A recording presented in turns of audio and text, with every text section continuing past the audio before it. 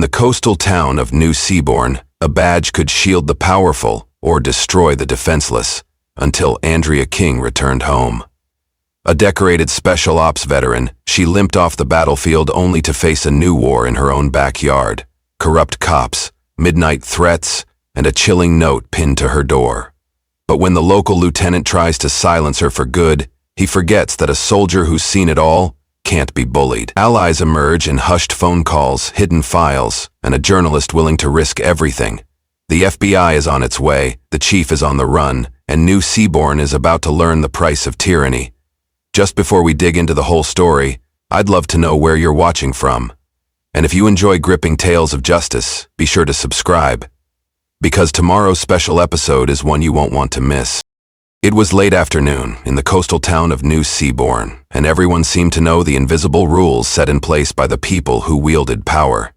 Keep your head down, don't ask questions, and never ever threaten the delicate balance of control the authorities had established.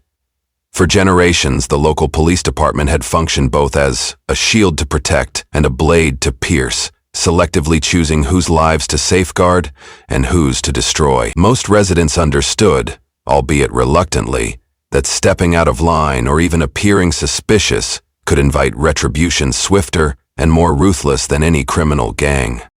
Yet for Andrea King, a decorated female Army veteran in her mid-40s, homecoming shouldn't have come wrapped in fear and unspoken warnings. She had expected a quiet reintegration into civilian life after 2 decades of active service. Her hair now streaked with silver that bore witness to the passing years and the hardships she'd seen overseas. She had served in multiple conflicts, leading reconnaissance missions and humanitarian efforts that saved lives on distant shores. To her, returning to New Seabourn meant finally finding peace in the place she'd grown up, soaking in the briny air and reminding herself that not every fight involved bullets. She arrived home with a limp in her left leg courtesy of a shrapnel injury from her final deployment. Though the limp left her slower physically, her mind was as sharp as ever, her instincts honed by countless high-stakes operations. She wore her service dog tags proudly around her neck. Those tags had become an unspoken promise to herself that no matter the hardship, she would never stop standing up for what was right. No one imagined that this same town, tucked between rolling hills and the ocean's edge, would soon test both her strength and her faith in the very institutions she once believed in. As twilight descended, Andrea parked her dusty SUV along the curb, outside the modest seaside cottage she'd inherited from her late aunt. The cottage was unassuming, with a squeaky fence gate and a tiny porch that smelled of paint thinner and the remnants of salt carried in from the ocean breeze. She drew in a deep breath, that faint tang of seaweed and distant tide pools, letting the scent calm her. For a moment, memories of war zones and stifling desert heat receded. A new life beckoned.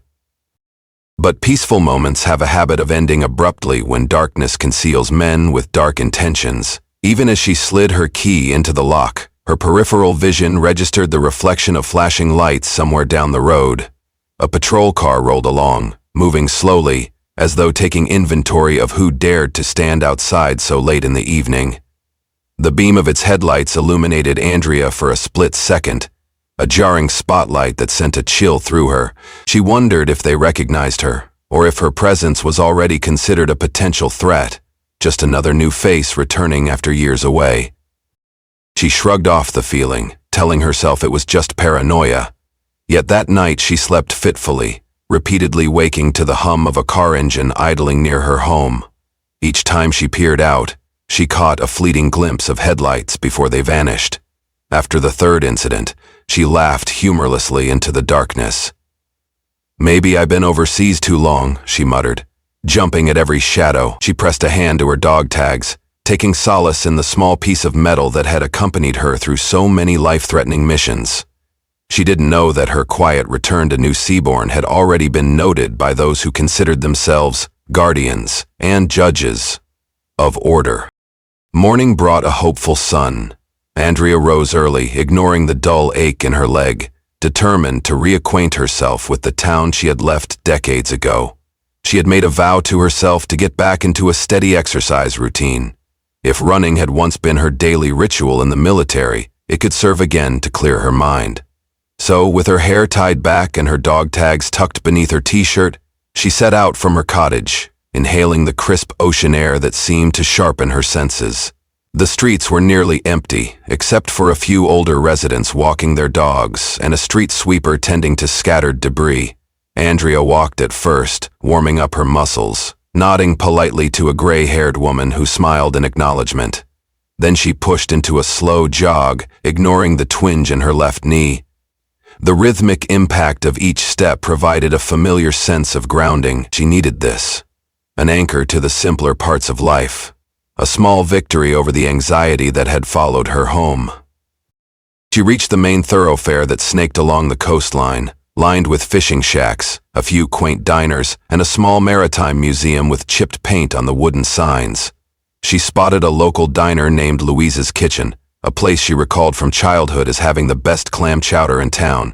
She planned to revisit it later, maybe treat herself to an old favorite. For now, she turned inland, toward a quiet park, the centerpiece of which was a towering statue commemorating local veterans. She'd heard about this statue but had never seen it. As she approached, her pace slowed. There it stood, bronze against the morning light, depicting a soldier with a rifle slung over one shoulder and a medic kit at his feet, a testament to those from New Seabourn who had served. At the statue's base was a plaque listing names of the fallen. She felt a tightening in her chest reading them, recognizing a few family names from old neighbors. She placed a hand gently on the bronze surface, letting her breathing steady. This was supposed to be a reminder of communal respect for those who had given everything, a silent vow that the town would honor its service members. She reflected, with grim irony, that not everything was as honorable as this statue suggested. A scraping sound behind her interrupted her thoughts. Turning, she saw a police cruiser parked near the curb, half shielded by oak trees. Two officers stood by the trunk, eyeing her with the kind of lingering scrutiny she'd seen so often overseas when suspicious guards watched civilians approach a checkpoint. Despite herself, she felt the old adrenaline flicker in her veins. She had encountered scrutiny before, on foreign streets by armed men who assumed she was dangerous simply because she was different. She never expected the same vigilance on her home soil. Calmly, she raised a hand in greeting, but the officers did not wave back. One rested his hand on his belt, near his holster. Andrea decided to walk away before any confrontation. She reminded herself that not every officer was out to intimidate. This was likely routine patrol. Yet as she left the park, she felt that familiar prickling on the back of her neck. If anything, she knew how to read people. Something was off. She wasn't sure how deep the rot went, but she couldn't shake the sense that the local department had become an occupying force rather than a community's safeguard. She jogged home at a quicker pace than intended, ignoring the protest from her old injury, every muscle tense with unresolved unease. Arriving at her cottage, she noticed a small note pinned to her front door with a pushpin. Her name was scrawled across it. Heart pounding, she pried it free. The note contained just 5 words. "We know who you are." Her breath caught in her throat, and for a heartbeat she feared it might be some retaliatory message from an old enemy, but that made no sense. She was thousands of miles from any war zone. Could it be from local troublemakers? An ex from her younger days? The simplicity of the words left them open to countless interpretations, but the tone was disturbingly clear. It was a warning, and it was linked to the flickering headlights at night, the lingering stares from patrolling officers, the hush-hush rumors about this place. Far from quelling her resolve, the threat fueled a spark of defiance in Andrea. She took the note inside, locked her door behind her, and studied it under the lamp in her small living room. The handwriting was firm, purposeful, probably an adult man if she had to guess. She had done her share of intelligence gathering in her time, analyzing scrawled notes from local warlords or reading coded letters from hostile forces. This gave her a similar chill. "So that's how you greet a veteran who's trying to resettle?" she murmured to no one. "Fine, I've dealt with scarier bullies than you." She folded the note, placed it in a small lockbox along with her army commendations, and exhaled a shaky breath. She refused to let intimidation run her life. Within the week, another sign of trouble emerged. One afternoon, Andrea decided it was time to refuel her SUV. The solitary gas station near the outskirts of New Seabourn offered the cheapest prices in the area. She pulled in, noticing that the station was nearly deserted, save for a lone teen behind the counter in the convenience store and an older couple in a battered pickup. As she parked near a pump, a local squad car zipped into the lot, its presence immediately setting her on edge. She got out, swiped her credit card, and began pumping gas, trying to appear casual. But the policeman in the cruiser was staring at her intently. He was a tall figure, late 50s maybe, with a gray mustache and a gaze that didn't bother with cordiality. She recognized the name on his badge, Colleran. She had heard that name once or twice from neighbors, whispered stories suggesting he was one of the lieutenants under the police chief, a man rumored to make life miserable for anyone who questioned his authority. When the gas nozzle clicked, she replaced it and decided to go inside for a soda. She could feel Colleran's eyes on her back, as though assessing if she'd present any reason for a routine check. The moment she stepped into the convenience store, the teen, wearing a hoodie and shaking hands, muttered a greeting. She flashed him a small, reassuring smile, sensing his nerves might have something to do with the officer outside. While browsing the beverage coolers, a shout from outside jerked her attention away. She peered through the windows to see Colleran confronting an elderly man who'd just stepped out of the battered pickup. The man looked stunned, holding up his hands in placation. Colleran's voice carried through the glass. "I told you folks to stay away. Didn't I say that? You want to keep ignoring me, you'll find yourself locked up." Andrea frowned. It was a bizarre scene. The old man was trembling, trying to speak. She couldn't make out the words, only the defeat in his stance. She glanced at the teen behind the register. He'd frozen in place, eyes wide. "Does that happen often?" Andrea asked quietly. The teen didn't answer, but the fear in his expression spoke volumes. She realized Colleran was one of those brazen types who believed power was his birthright. She'd known men like him. In war zones, they wore uniforms or carried rifles and had no qualms about abusing their position. Andrea's gut told her to stay out of it, not to escalate, especially since she was new in town and still wary about the note pinned to her door. But the flicker of her dog tags beneath her shirt reminded her of all the times she had intervened for people who couldn't stand up for themselves. She set down her soda and walked back outside. At that moment, Colleran was checking the old man's ID, scrutinizing it as though searching for a forgery. The older gentleman looked humiliated, but there was a glimmer of relief in his eyes when Andrea approached, as though seeing any potential ally. "Everything all right here, officer?" Andrea asked in her calmest tone, forcing a polite smile. She remembered that in tense situations you could sometimes diffuse hostility by projecting steady self-control. Colleran turned, sweeping his cold gaze over Andrea's figure, from her well-worn running shoes up to her face. "Move along, citizen," he said harshly. "None of your business." The old man opened his mouth as if to speak, but Colleran silenced him with a sharp glare. Andrea exhaled slowly. "I'm sorry if I'm interrupting something. It just looked like he might need assistance." "I said move along," the officer repeated, voice harder. He took a step closer, letting one hand rest on the butt of his holstered gun. "Or do you want to find yourself on the ground?" She let the threat sink in. She had encountered arrogance on the battlefield, and it never failed to spark her protective instincts. But she was on U.S. soil now, not in some foreign war. She had to be cautious. "I'm just making sure everything's okay, officer. I don't want any trouble." "Then you should mind your own business," Colleran snapped. He thrust the old man's ID back at him. "Get in your truck and drive away. Don't come back here." The old man clutched his ID, relief and shame mingling on his features, before he climbed back into his pickup, started the engine, and left without another word. Andrea stood rooted to the spot, fists tight at her sides. Colleran's eyes narrowed at her. "Think you're tough because you served, huh?" he said, voice dripping with sarcasm. "Saw your license plate. Special Army plates. That doesn't mean you run things here. This is my town. You'd be wise to remember that." A chill raced down Andrea's spine. That single remark, "my town," told her exactly what she was dealing with. A policeman who believed the streets belonged to him like a personal fiefdom. She forced herself to speak gently, though she wanted to unleash a string of words that might land her in jail for contempt. I'm not trying to run anything. I'm just a resident. My name is Andrea King. She paused, considering whether to offer her hand, but the tension in Collaren's posture told her he wasn't interested in civility. He snorted, as though her name was irrelevant. Let me give you a word of advice, Ms. King. People who poke their nose in places they don't belong end up regretting it.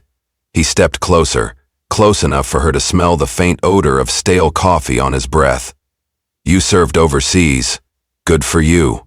But that means nothing here. You're just another citizen under the watch of the new Seabourn Police Department, and we don't take kindly to hero acts. Andrea's heart hammered, but she maintained a calm facade.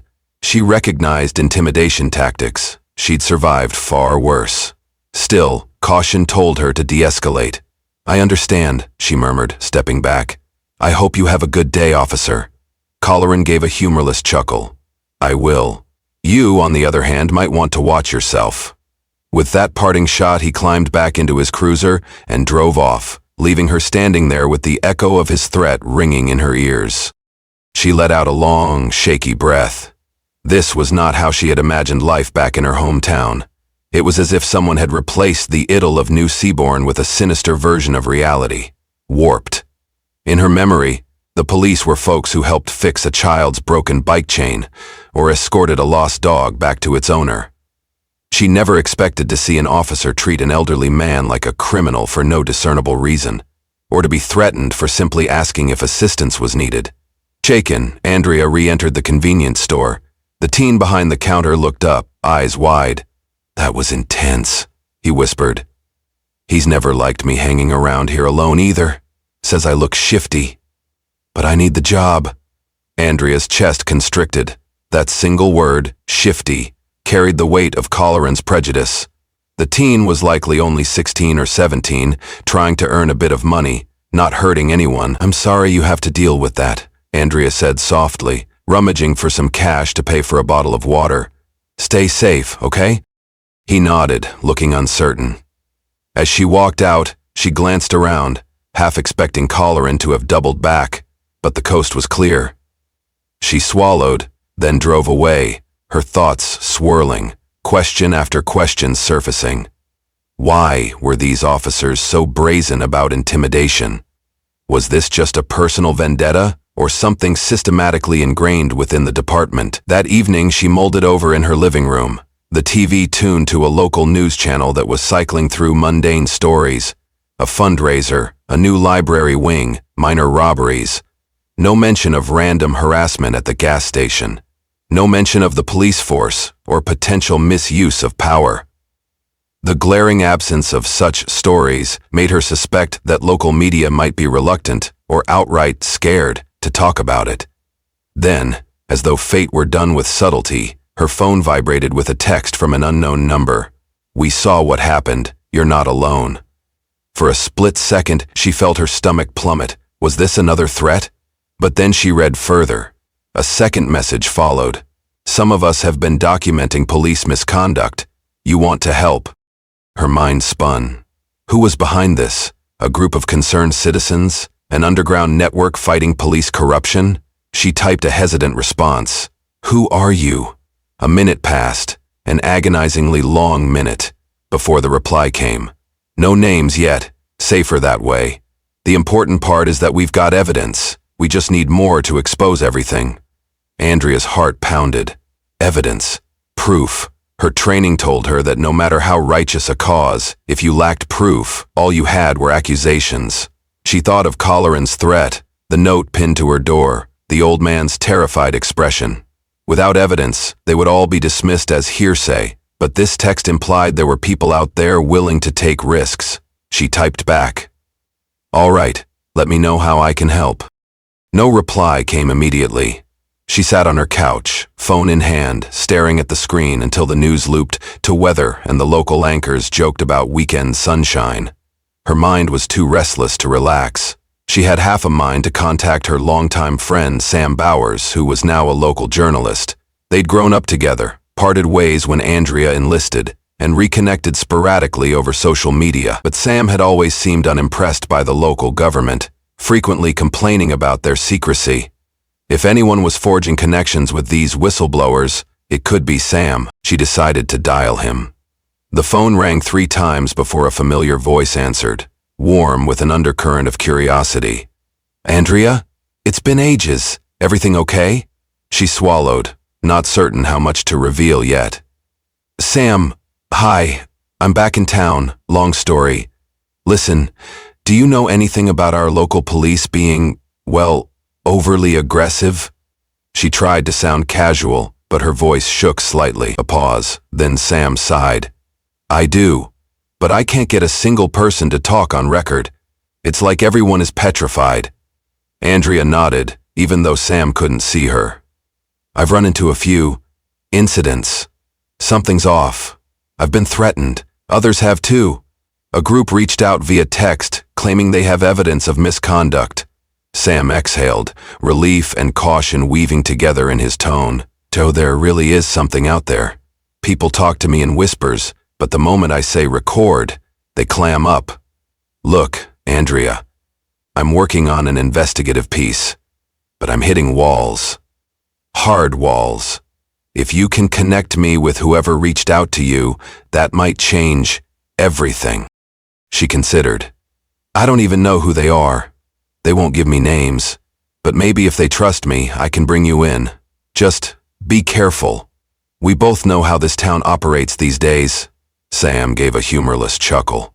"Trust me, I've had a few run-ins. They already tried scaring me off, sent me an anonymous letter telling me to keep my nose out of local matters, but I'm not about to let it slide." He hesitated. "I've been meaning to ask, you served for so long. Are you prepared for a different kind of war here?" Andrea's hand drifted to her dog tags.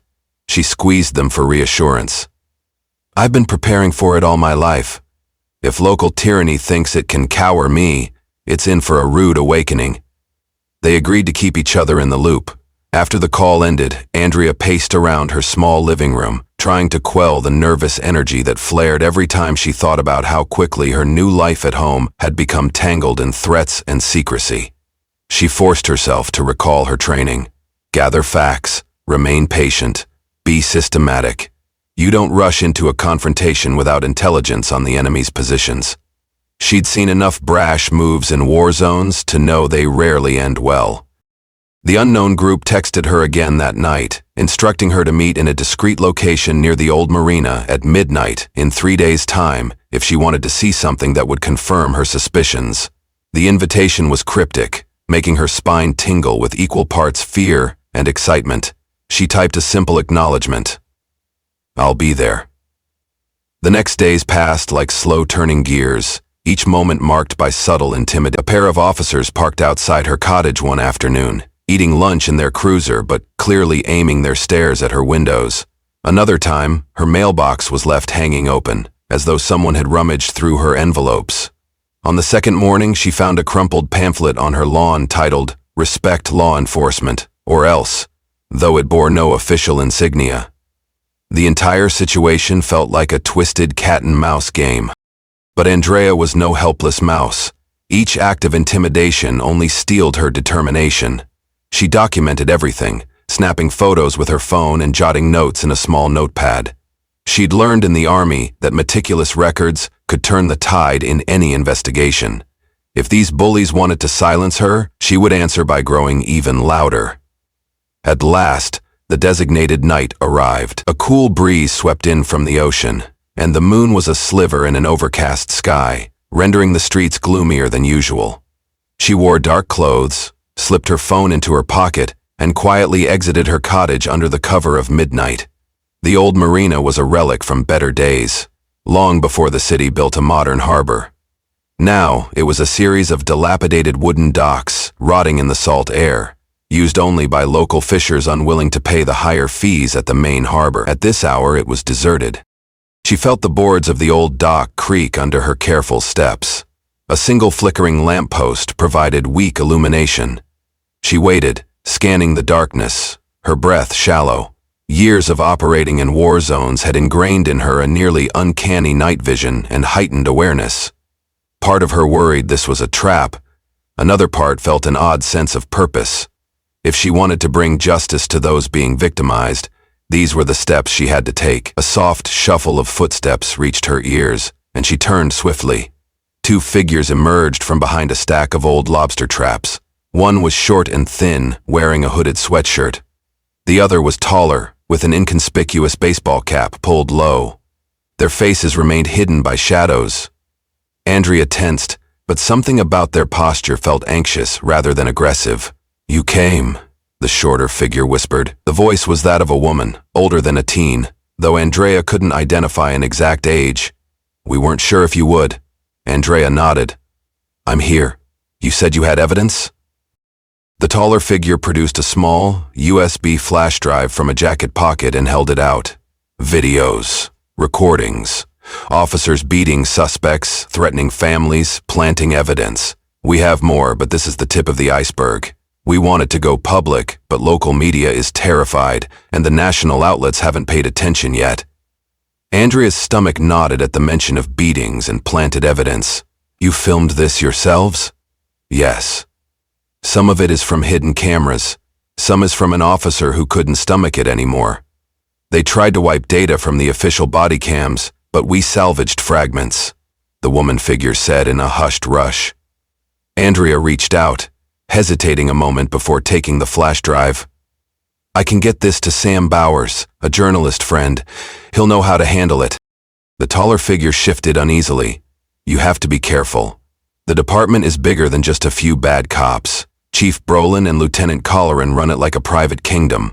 They've got city council members in their pocket, plus the local judge who signs off on warrants for questionable raids. If they get wind that you have this, they'll stop at nothing to destroy it.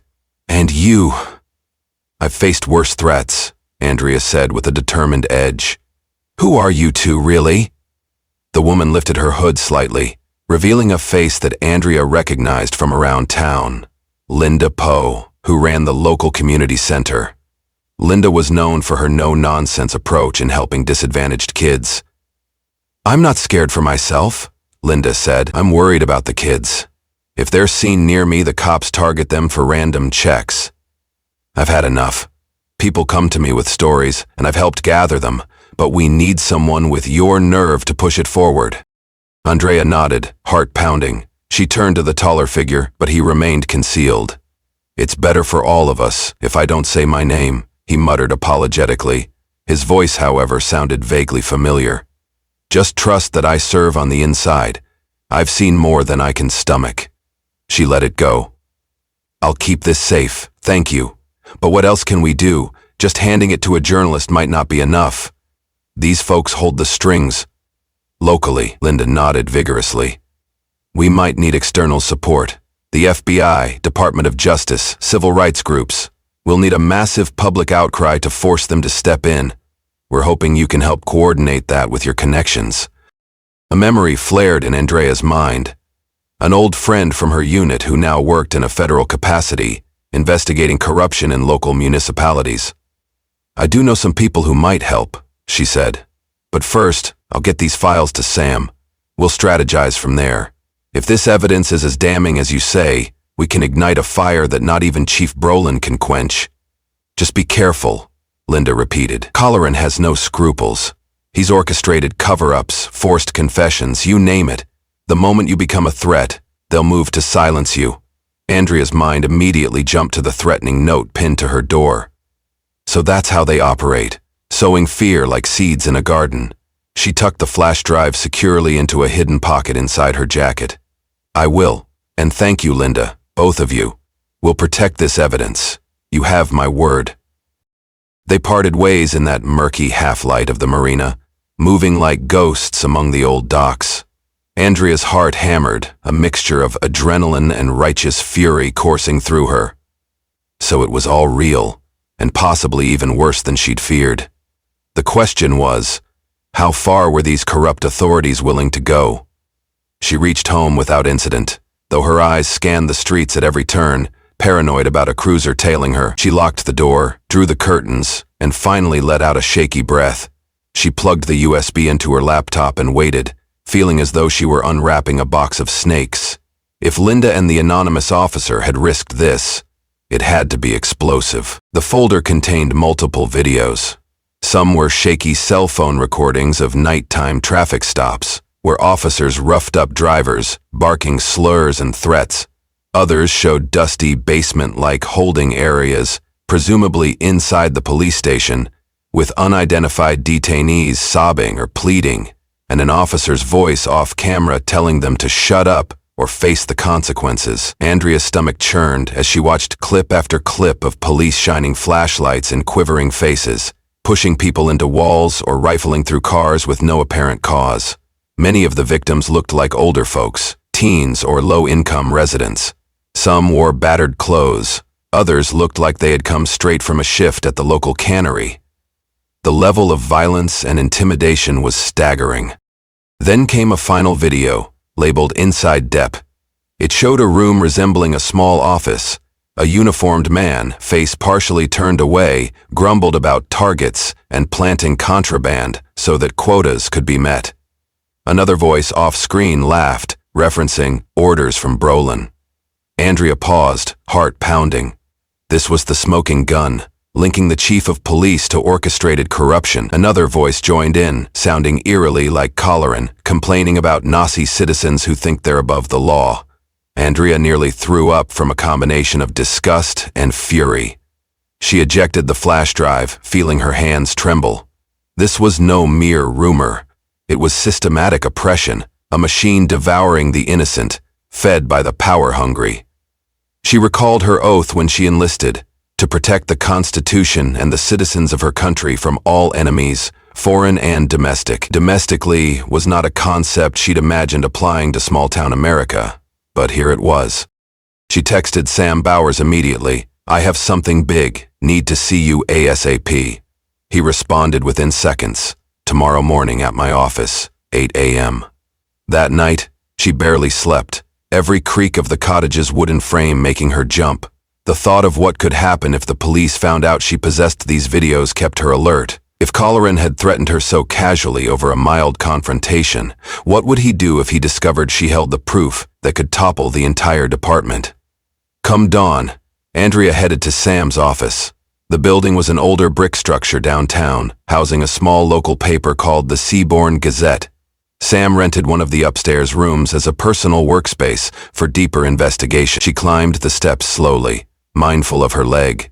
Sam ushered her in, locking the door behind them. She handed him the USB, her voice barely above a whisper. "This will blow open everything, but we have to be strategic. They'll try to bury us if we go off half-cocked." Sam plugged the drive into his computer, jaw tightening as he watched the first few clips. By the time he reached the final segment, he looked downright sick. "This is... Holy God, Andrea. This could bring in the feds, judge, city council, maybe the mayor. They're all implicated if they let this go on." She nodded gravely. "We can't rely solely on local authorities. We need an outside agency, yes. The FBI or maybe the state attorney general. We should also consider that some in-state government might be compromised. But it's a start." Sam rubbed his temples, the weight of the moment pressing down on him. "It'll take me time to compile a watertight story with cross-verification. If I just publish these videos, the department's lawyers will argue they're fabricated or out of context. I need witness statements, documentation, and ideally, a whistleblower from inside." Andrea thought of the unnamed man at the marina. "One officer is feeding this info. If we can coax him to come forward, that'd be huge, but we need to protect him. The moment he's identified, they'll label him a traitor." Sam leaned back, exhaling shakily. "I'll contact a few people I trust. Maybe a civil rights attorney from the city. We'll push this story out to bigger outlets once we have the framework. Meanwhile, you watch your back. We'll need someplace safe to store backups of these files. The second they suspect we have them, they'll come for them." Andrea patted her jacket, revealing she had multiple flash drives. "I've made copies. I'll stash them in different places. I'm not risking losing it all in one go." Impressed, Sam gave a slight nod of approval. "Always prepared, soldier. Good. I'll keep you updated. And Andrea, Thank you for taking this on. Not many people would have the guts to stand up to these guys. She offered a half smile. After what I've faced overseas, I'll be damned if I let fear shut me down here. This is my home now. I'm not ceding it to bullies. When she left Sam's office, a prickle of apprehension trailed her. She felt as though unseen eyes were watching from every corner, waiting for a misstep. She decided to lay low for the rest of the day, only leaving her cottage to buy groceries, avoiding direct eye contact with the patrol cars that crawled the streets. Her mind replayed Collaren's scowl, the old man's terror, the battered faces in those videos. She realized something horrifying. Many of those battered faces had never made headlines, never filed complaints, or, if they had, they must have vanished from the record. That evening, as she tried to read an old mystery novel to calm her nerves, her phone buzzed. A text from Sam. They must have found out. My landlord called, said the police want to search my office for unrelated matters. I'm grabbing everything I can right now. Her blood turned cold. She typed back, I'm coming to help. He responded, no, don't. If they see you, they'll tie it together. I'll hide the evidence. You stay safe. Andrea cursed under her breath. She loathed inaction, but Sam was right. She glanced at the copies of the flash drive in her possession, hidden in a lockbox.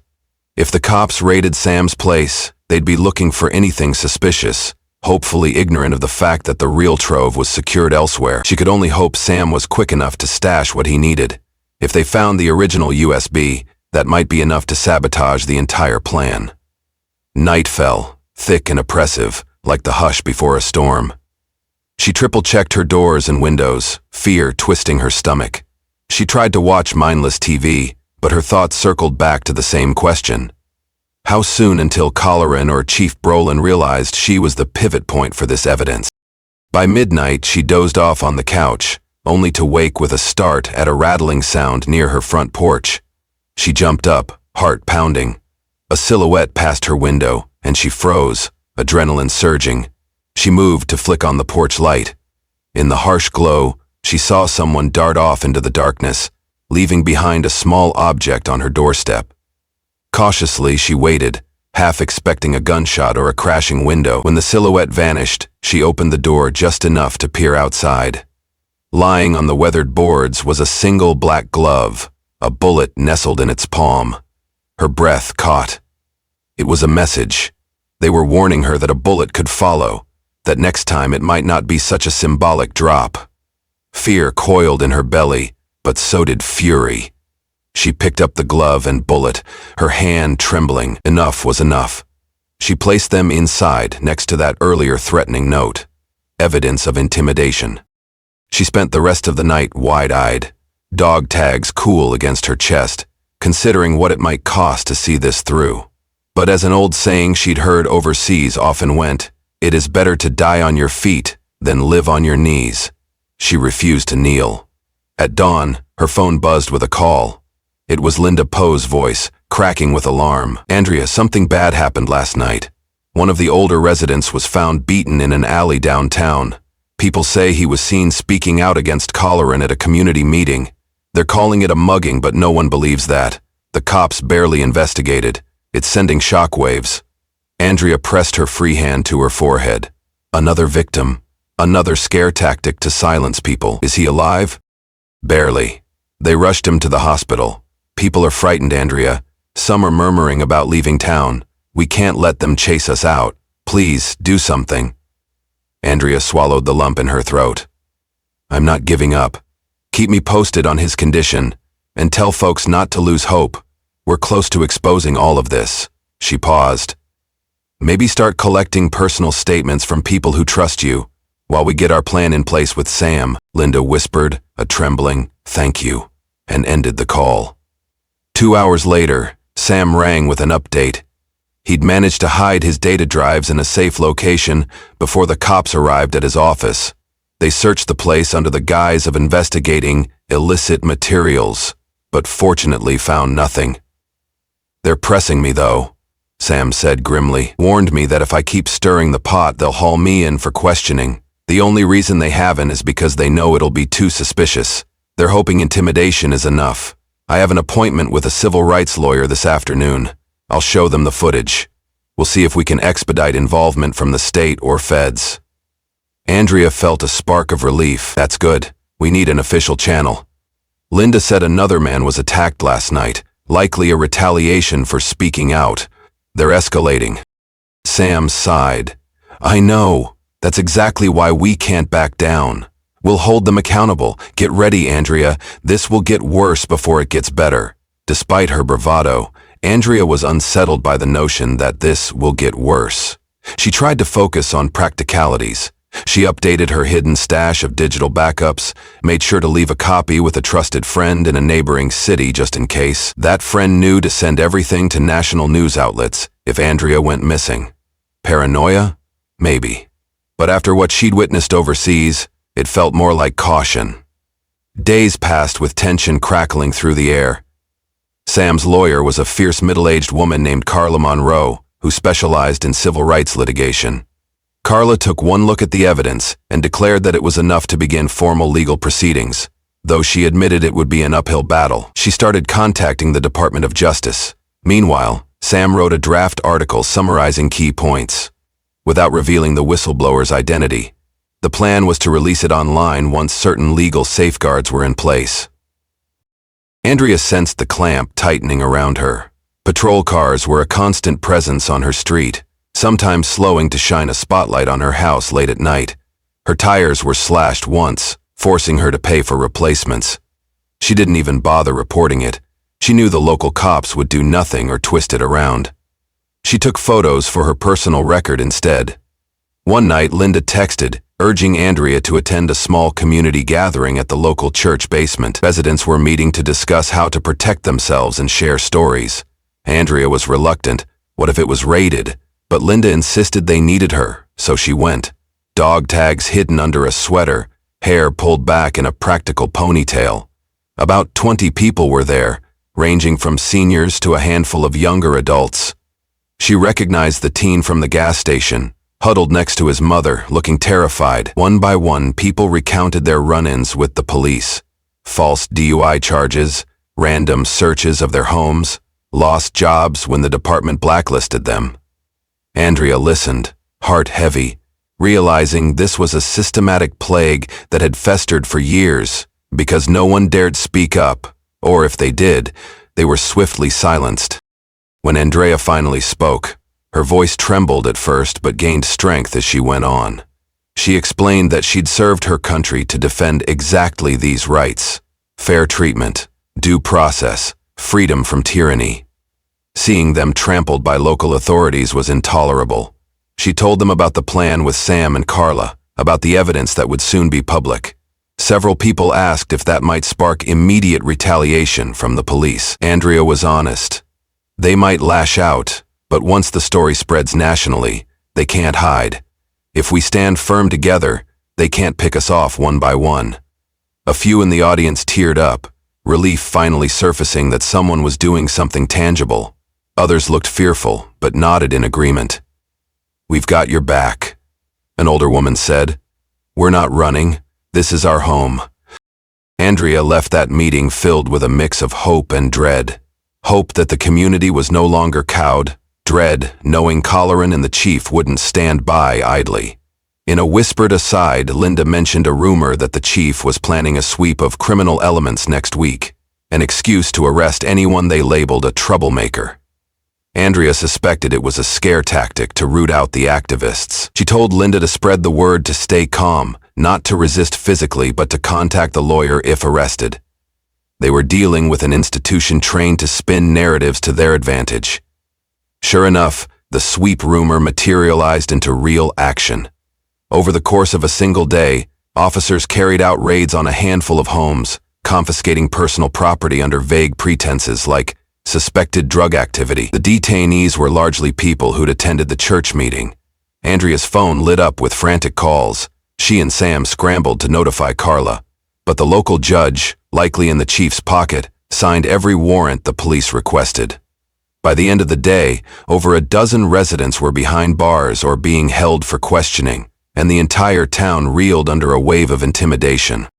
Andrea debated stepping in physically, but rationally she knew confronting an entire police force was suicide. Instead, she doubled down on documentation. People gave statements about how their doors were kicked in. She even caught a partial raid on video from her car while passing by. She forwarded everything to Carla. That night, Sam finalized his article. The headline read, "Evidence of Systemic Police Corruption in New Seabourn, a Town in Crisis." He included screenshots from the videos, carefully blurred to protect identities, along with quotes from anonymous witnesses. Just as he was about to hit publish, Carla called to say the Department of Justice had responded to her initial inquiry, indicating potential involvement. "Hold on a beat," she warned Sam. "If they move in to investigate, we can coordinate the release for maximum impact. If you publish too soon, the local department might destroy more evidence or do something drastic." Sam hesitated, then agreed. He turned to Andrea.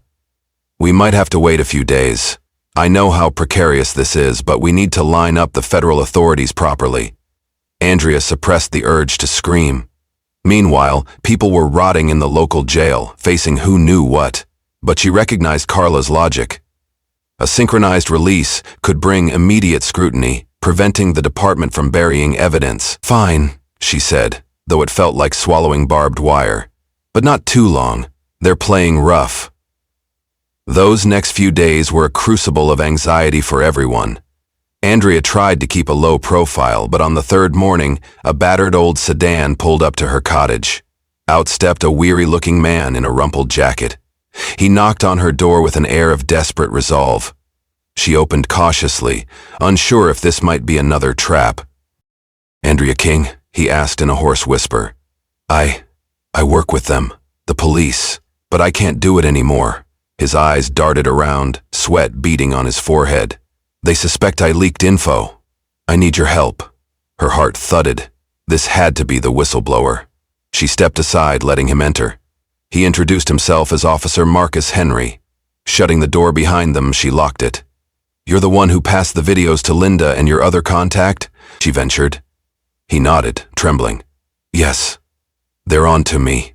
I heard them talking about setting me up, claiming I was dirty. I can't stay silent.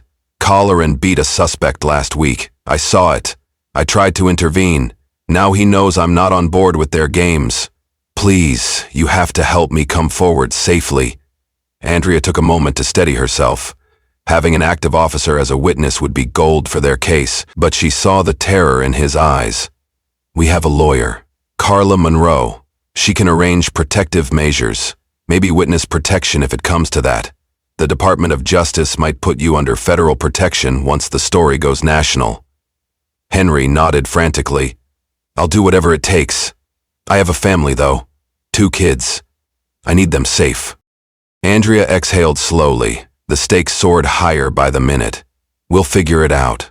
For now, stay here." She made a call to Carla, explaining the situation, and Carla told them to come to her office immediately. She also told them not to trust local authorities, obviously. The department would brand Henry a traitor the moment they realized he had turned. Henry was shaking as he waited in Andrea's living room, staring at her collection of service awards on a shelf. "You've seen combat. Probably some real horrors, right?" he asked quietly. She nodded, remembering dusty roads and nights pinned under gunfire in foreign lands. "Yes, I have.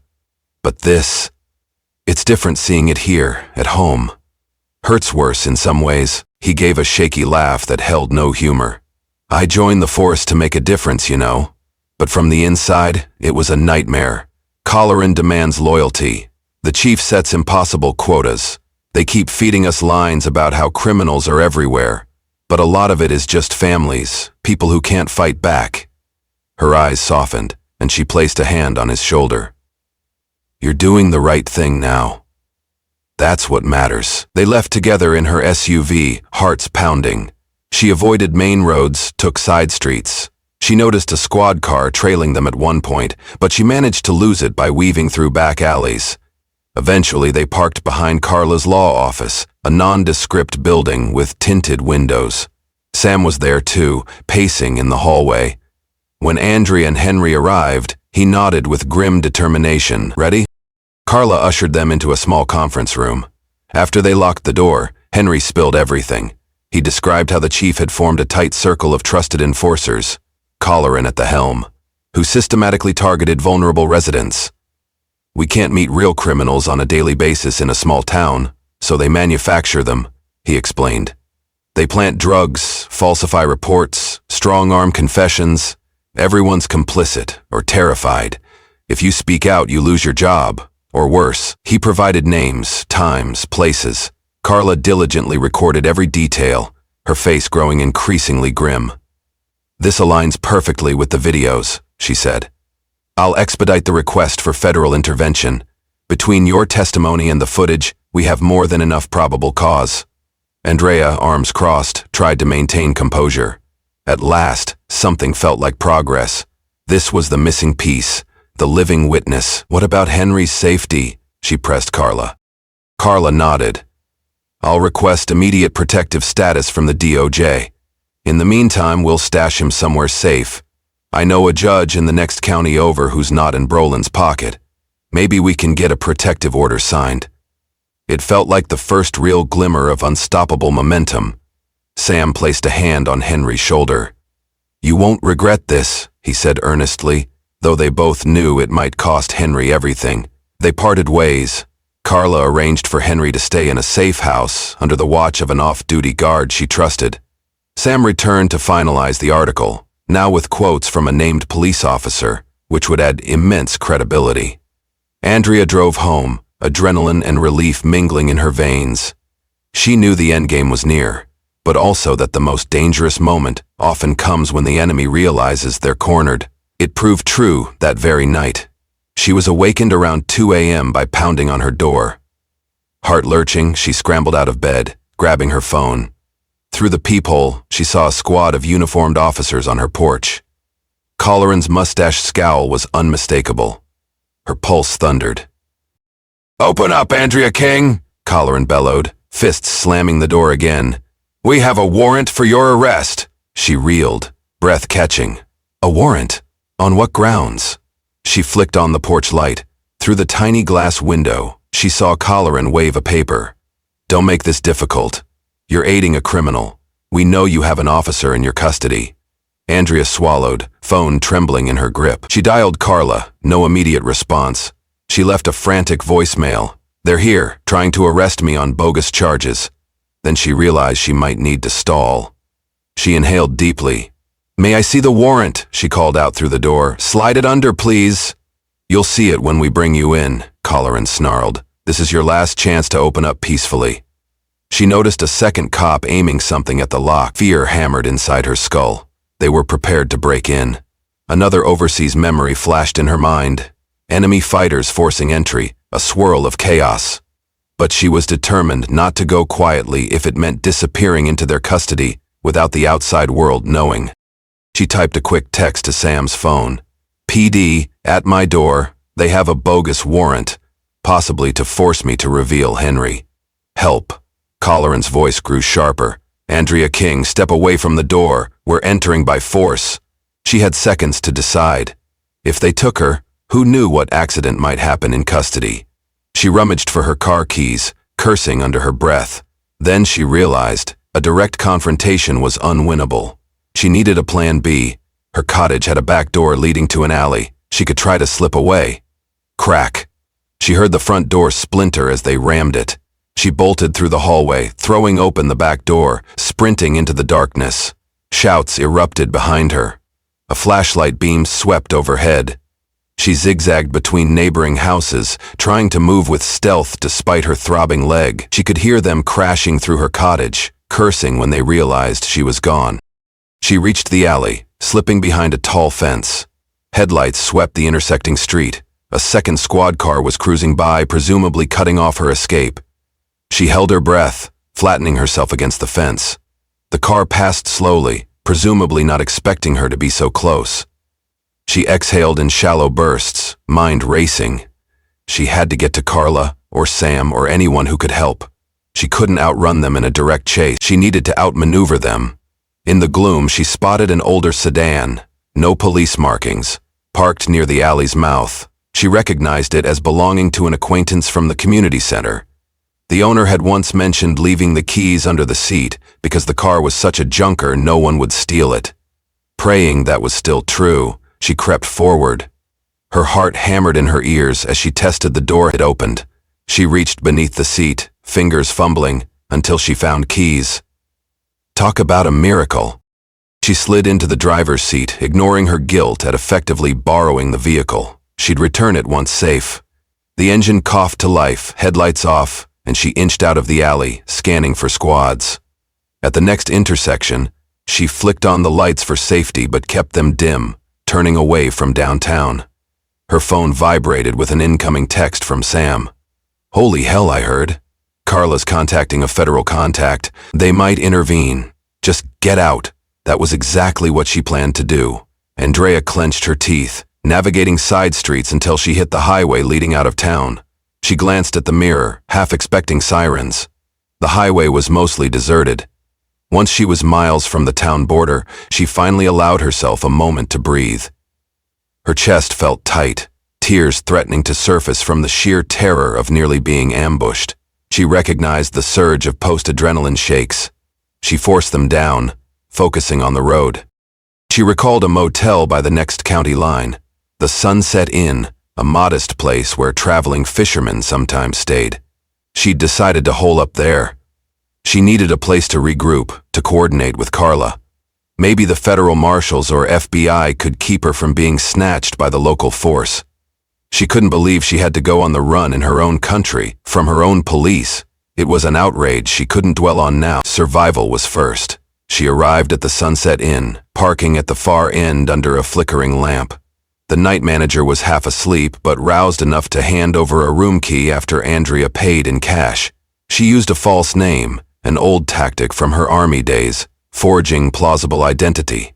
Once in the room, she bolted the door, collapsed on the bed, and inhaled the stale odor of the outdated carpet.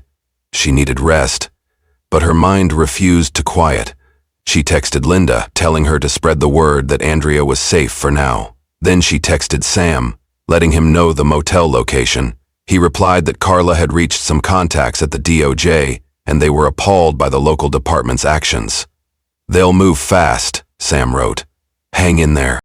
Andrea forced her eyes shut, dog tags pressed against her chest. A wave of exhaustion crashed over her. She thought of all the innocent people who had no place to run, stuck in that corrupted town. Tomorrow, she told herself. Tomorrow, we break them wide open. When she woke, the morning sun glared through dusty curtains. She checked her phone. A flurry of messages from Sam. "FBI en route. Agents from the state capitol coming. Warrant for your arrest might be void soon. Hang tight." Another from Carla. "Working with federal judge to get a protective order for you and Henry.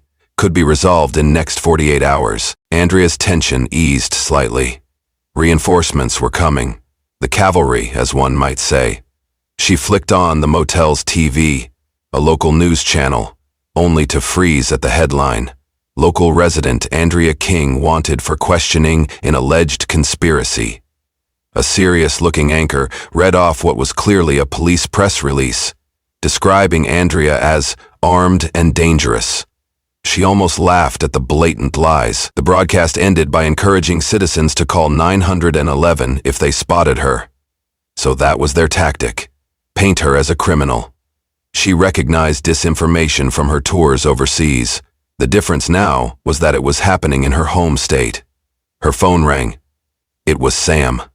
"Big news," he said excitedly. "State investigators plus 2 FBI agents just arrived at the Seabourn police station. They're demanding to see the chief, reviewing logs.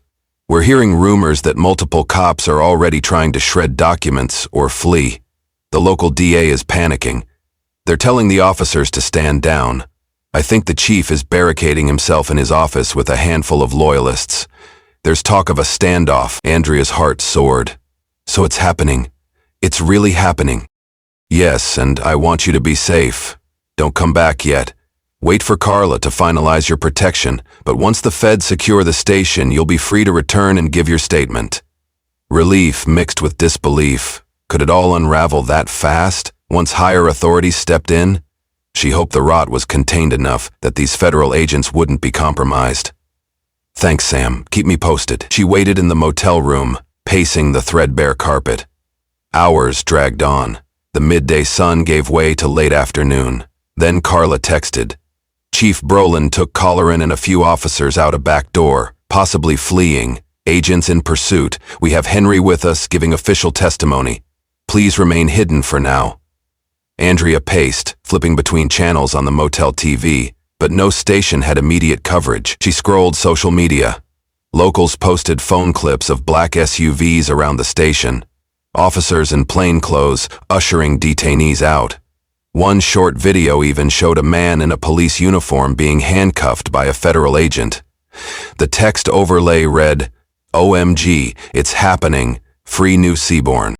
By evening, Sam called again, breathless with excitement. They're all going down, Andrea. The state attorney general's office is filing multiple charges. Civil rights violations, falsifying evidence, assault, widespread corruption.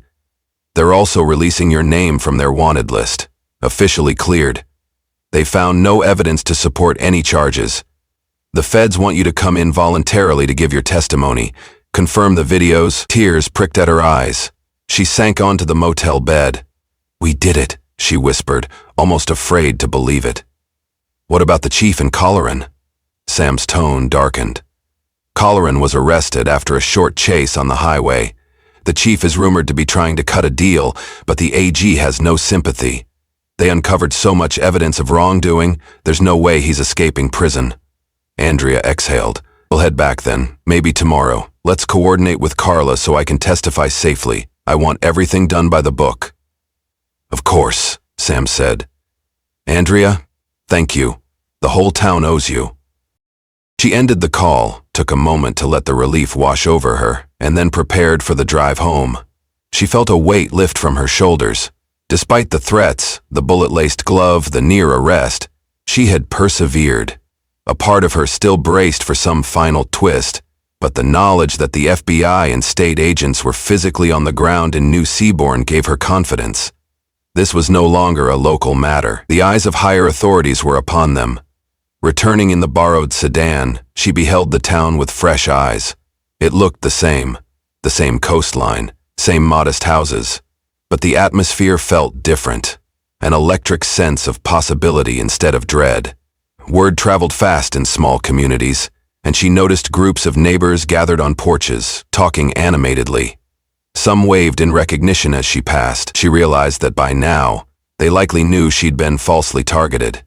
She was no longer a fugitive, but a hero who'd pulled back the curtain on tyranny. She parked near the community center, stepping out carefully, scanning the street. No ominous cruisers lurked. Instead, a handful of unfamiliar black SUVs, presumably federal vehicles, sat near the curb. She spotted Linda Poe rushing out the door.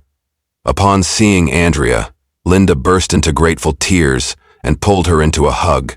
You did it. They're free. The ones they arrested in that sweep, they're releasing them now. The station's being purged. They found hidden files, a stash of drugs they used for framing. Andrea swallowed around a lump in her throat. I'm just glad the truth came out, she managed. People can finally breathe. News outlets from the city are on their way, Linda added, wiping her tears. They want to interview the folks who were targeted. They want to interview you, too. Andrea nodded, though she felt a wave of exhaustion. She'd talk to them if it meant shining a spotlight on injustice.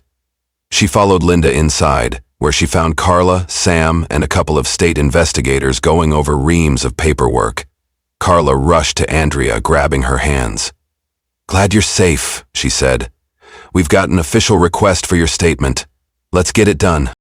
The statement process took hours, as Andrea recounted her experiences, from the moment she arrived in New Seaborn, the intimidation by Colleran, the evidence from the USB, her contact with the whistleblower, the attempted arrest. The investigators listened intently, occasionally glancing at each other when new details corroborated Henry's testimony or the video footage. Andrea felt a sense of grim satisfaction seeing them nod and take notes. This was how justice was supposed to function, transparently, with accountability. At last she was free to go, stepping outside the community center into a humid night. She gazed up at the stars, heart clenching with relief. Sam joined her, clasping her shoulder. Media's out front, wanting a quote. You up for it? She closed her eyes, letting the breeze wash over her face. She recalled war zones where the only press coverage came from embedded journalists, sometimes ignoring local tragedy. Now the press wanted her story. "Yes," she said softly. "I'll do it, but just a few minutes. I'm exhausted." They walked around the building to find a small throng of reporters with cameras and microphones. Lights flashed. A microphone was thrust at her face. "Ms. King, is it true you uncovered massive corruption? Could you comment on what made you take such a dangerous stand?" Andrea took a deep breath. She clutched her dog tags, letting them jingle as a reminder of her convictions. She spoke calmly, passionately, about how she simply did what any citizen or soldier should do when confronted with injustice. She explained the importance of evidence and collective courage. She refused to name the whistleblower to protect him, but she praised all who spoke out, particularly the victims who risked more abuse by sharing their stories.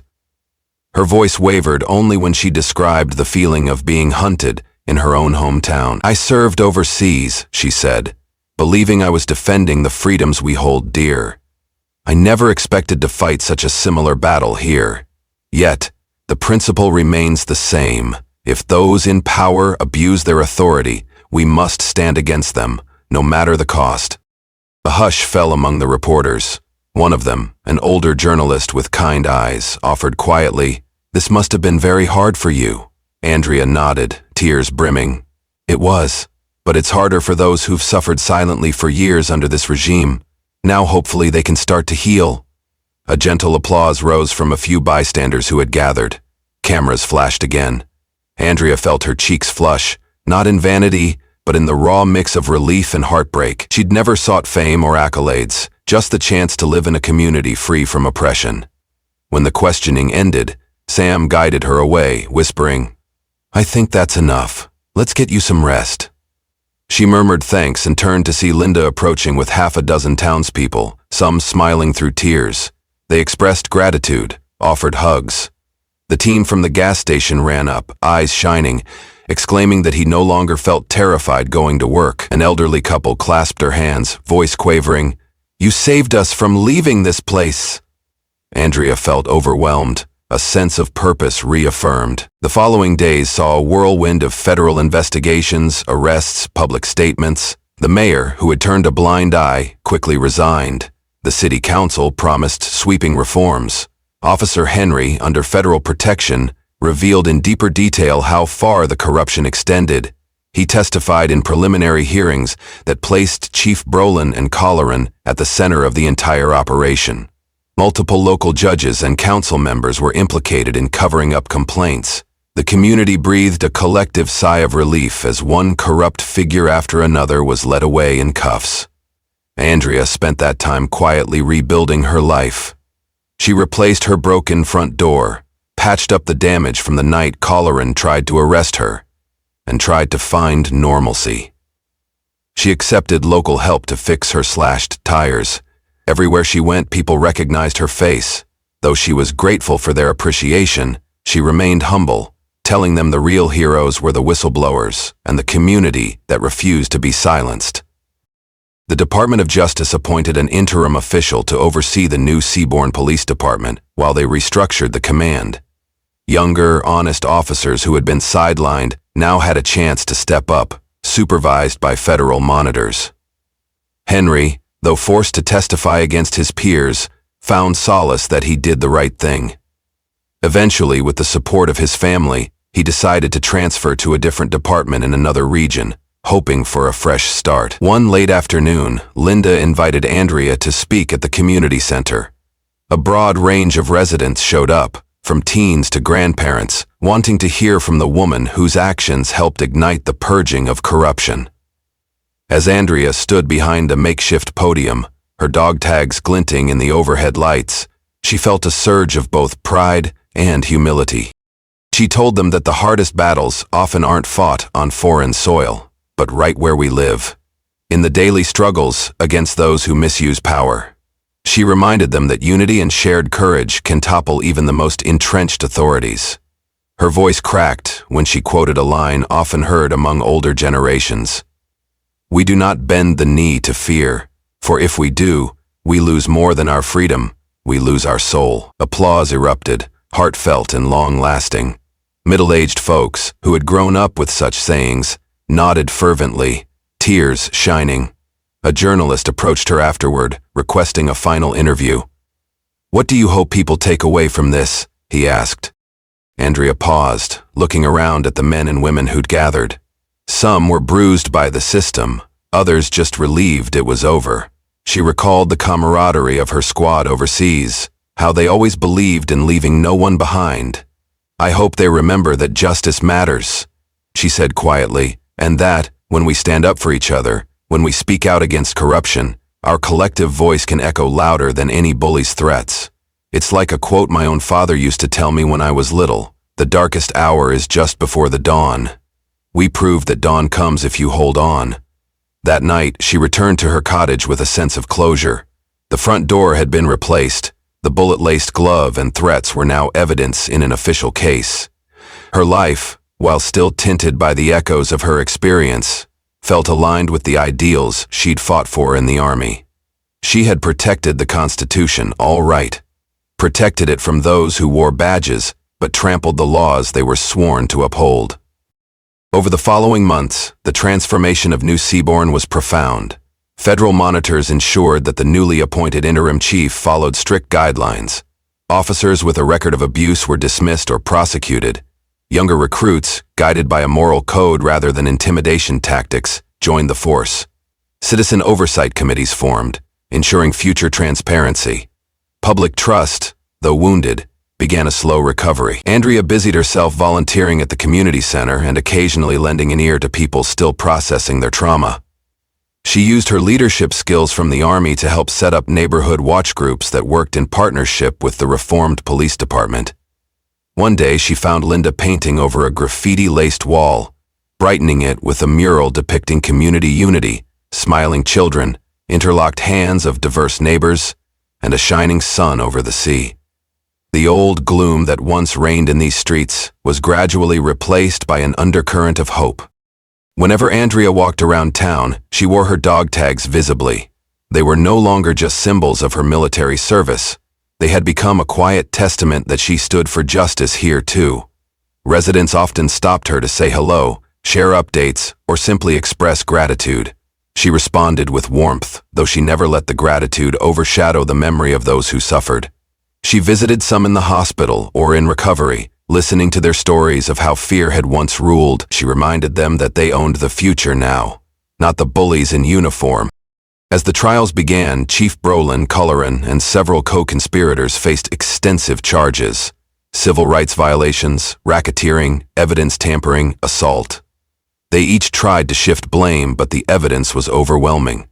In a dramatic court session, Henry took the stand to confirm every detail. Andrea also testified, describing her encounters and the times the department tried to frame her. The jury delivered unanimous guilty verdicts. Sentencing was harsh, reflecting the gravity of betraying public trust. The final blow came when federal judges demanded restitution funds for those unlawfully arrested, forcibly evicted, or otherwise harmed.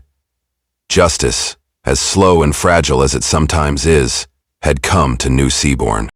When asked by a national news reporter what lessons she felt were most vital, Andrea smiled sadly. "We must always remember that justice requires more than just laws on paper. It needs people willing to enforce those laws fairly, and citizens unafraid to challenge those who abuse power.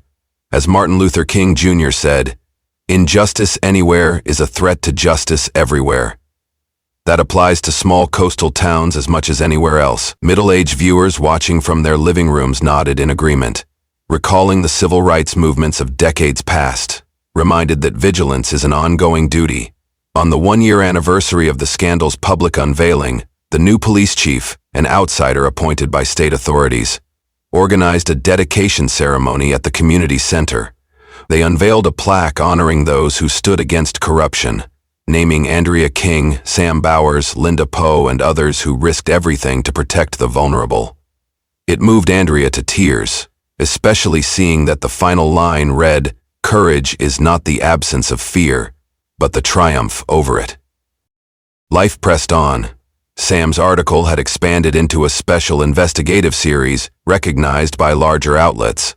Linda's community programs received grants to help rebuild trust between residents and law enforcement. Carla Monroe took on similar cases in other towns, using the success in New Seabourn as a model for federal-state collaboration against police corruption. And Andrea, after much deliberation, accepted an offer to serve as a civilian liaison for the newly formed Police Oversight Committee. She wanted to ensure the reforms stuck, that no shadowy figure would ever again pin threatening notes to doors in the dead of night. On quieter days, she would stroll along the shore, letting the sea breeze ruffle her hair. Sometimes, she'd recall the bullet-laced glove or the frantic run from her home. Other times, the image of a battered teen or an old man trembling under Colleran's glare surfaced in her mind, fueling her resolve to never let down her guard entirely. But mostly, she allowed herself to savor the lull of waves. She had survived another kind of war and had won, not with a rifle, but with moral fortitude and community unity. One mild afternoon, Linda and Sam joined her on a walk by the water. They chatted about the future, about the possibility of new businesses returning to town now that the environment felt safer. Sam teased Andrea about running for local office, to which she gave a hearty laugh. "I'm more comfortable in camouflage than a suit," she joked. But the idea lingered in the back of her mind. Maybe she could do more, yet for the moment, she valued the peace of being an everyday citizen, living among friends who no longer cowered in fear. That evening, while finishing a cup of tea at her little cottage, Andrea flicked on the local news. A short segment aired on the continuing transformation of the New Seabourn Police Department, highlighting community policing efforts and a new hotline for residents to report any misconduct anonymously. The reporter ended with a note of optimism, stating the town's revival was a testament to ordinary people standing up for what's right. Andrea sipped her tea, letting a faint smile touch her lips. She pictured the day she first came back, the dread that permeated the place. Now the energy was different, hopeful, determined. People had found their voices, discovered solidarity.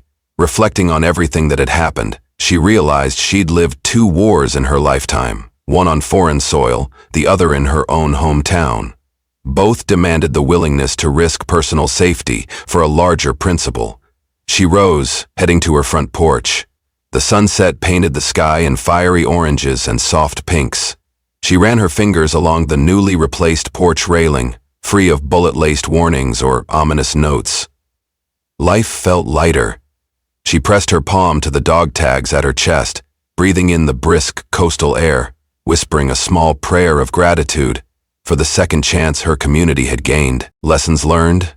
She thought of the greater truths that might resonate with folks who'd watched from afar. The most profound of them all, she decided, was that each individual has a responsibility to confront injustice. Courage isn't about being fearless. It's about taking action despite fear. Another lesson was that power, when unchecked, can corrode even the institutions meant to protect us. Transparency, accountability, and honest communication are the pillars that keep democracy alive. If these pillars crack, tyranny can creep in, unnoticed at first, until it becomes a raging infestation. She remembered a quote that an older sergeant had once shared with her overseas: "Evil triumphs when good people do nothing." It was a phrase often repeated, almost cliché, but all too true. She had witnessed it here. Complacency had let the corruption thrive, but the moment enough people said no more, the house of cards collapsed. Finishing her tea, she watched the sun slip beneath the horizon, feeling a calm she hadn't known in a very long time. Tomorrow, there would still be battles to fight, systemic problems to address, trauma to heal. But at least now, the war was out in the open, fought with truths and laws, not hidden behind badges and threats. That was victory enough for her to finally sleep soundly. And so, the story of New Seabourn became a testament to the human spirit's capacity for resistance, especially in the face of oppression by those sworn to protect. For Andrea King, the soldier who thought her days of combat were over, it was a reminder that life's greatest fights aren't always waged on distant battlefields. Sometimes, the call to defend freedom comes from your very own front porch. In answering that call, she found purpose anew, forging deeper bonds with neighbors who once lived in fear. Together, they redefined what law and order should mean, protecting the weak, honoring the truth, and standing as a collective shield against those who would sow terror for personal gain. Such was the turning of the tide in New Seabourn, where broken windows and broken spirits began to mend side by side, and the smell of the ocean came to symbolize the promise of renewal. And if any traveler passing through asked for the story of how this sleepy seaside town conquered its darkest hour, the residents would tell them about Andrea King, the dog tags she wore, the bullet-laced glove tossed at her feet, and how she and the community rose hand in hand to cast out the shadows that had long haunted their streets. They would share a final reflection, one especially cherished by those in their middle years who'd seen life cycles of struggle and triumph. No one can do everything, but everyone can do something. When we combine those somethings, we create a force even the corrupt can't silence. And that, in essence, was the enduring legacy left by a veteran who refused to bow down, a journalist who refused to be quiet, an officer who refused to follow unjust orders, and a town that found its voice. In the end, it wasn't the might of a single hero that restored justice, but the unity of many hearts determined to reclaim their home, and from that unity blossomed a hope as boundless as the ocean they lived beside, reminding them each dawn that, indeed, the darkest hour is just before the light. Valuable lessons and philosophical insights for the audience. True courage requires action. It's not the absence of fear that makes someone courageous, but the decision to act in spite of it. We often wait for a mythical hero to fix our problems, but real change starts when ordinary people rise up. Injustice anywhere is a threat everywhere. We often think serious corruption or tyranny happens only in big, faraway places. Yet Andrea's struggle proves oppression can exist in small towns too, and ignoring it endangers everyone's rights. Community is stronger united than divided. When faced with intimidation, we often feel alone, but as soon as we stand together, share evidence, and speak with one voice, we become a force that even the most entrenched power can't easily silence. Transparency and accountability safeguard freedom. Systems of oversight, journalists, honest officers, engaged citizens are crucial. When any part of this chain fails, corruption can spread. Vigilance is a lifelong duty. Redemption and second chances. Officer Henry reminds us that it's never too late to do the right thing. A system may seem all-powerful, but individuals within can break the chain of wrongdoing, especially with community support. The power of hope. Despite threats and violence, Andrea and the town believed that justice could prevail. This faith in a brighter tomorrow kept them pushing forward, echoing that timeless wisdom. The darkest hour is just before the dawn. These lessons speak directly to our human experience, resonating especially with those in middle age who have lived through enough to appreciate how precious and fragile our freedoms truly are.